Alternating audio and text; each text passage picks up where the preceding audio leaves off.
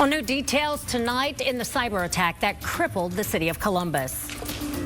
If you were an undercover officer, what would you do now? I would be moving. I would be finding a new residence.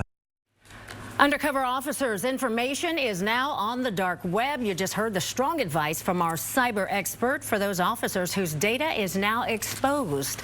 The cybersecurity expert says the city's crime matrix is available on the dark web. Tonight, 10 TV's Tara Jabor uncovers what hackers stole from the city. Tara is in studio with an update on this story. And Tara, just how much information are we talking that's available from this crime matrix?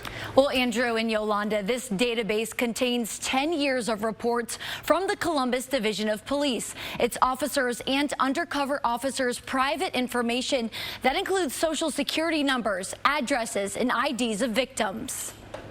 It's been more than a month since hackers stole data from the city of Columbus. We know people's licenses, employees' bank account information, and personal and sensitive information from the city attorney's office is available on the dark web. Now we are uncovering the latest information made downloadable, the Columbus Police Crime Matrix. And this is extremely disturbing. Connor Goodwolf showed us the data he downloaded. It's 9 gigabytes of the more than 300 gigabytes available on the dark web. These are where all police reports go, all incident reports go, regardless of what it is. Witnesses, victims, suspects, private information are on the database. Goodwolf says one of the most disturbing things is the undercover police reports. Officers who do undercover work regularly, now their names, the work they do, now it's out there. So we're talking like the old Vice unit, which is now packed.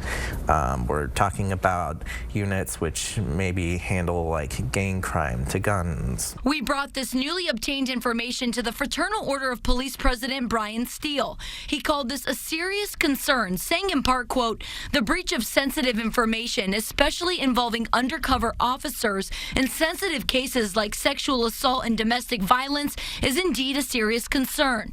The potential consequences are personal and professional risk to those involved in a broader erosion of trust in the city's ability to protect its citizens and employees," end quote. We spoke to Columbus Mayor Andrew Ginther on the cyber attack today before we saw this data. He told us there is no update. We're going to continue to work on this around the clock until we hold folks accountable that committed this crime, and we're going to do everything in our power to try to prevent this in the future. But this is another place where we need the federal government to step up. I asked Goodwolf if this cyber attack was preventable. Could the city of Columbus prevented this? Yes, the city of Columbus should have been following best security practices, which that includes encrypting all databases.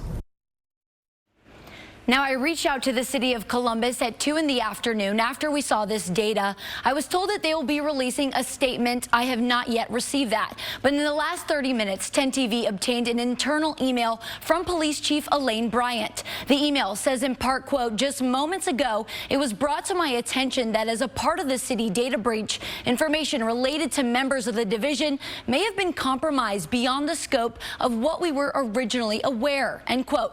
Now, in that email, the chief also says that this cyber attack is being investigated by federal law enforcement, which she says limits what information can be shared. Reporting live in the studio, Tara Jabor, 10 TV News.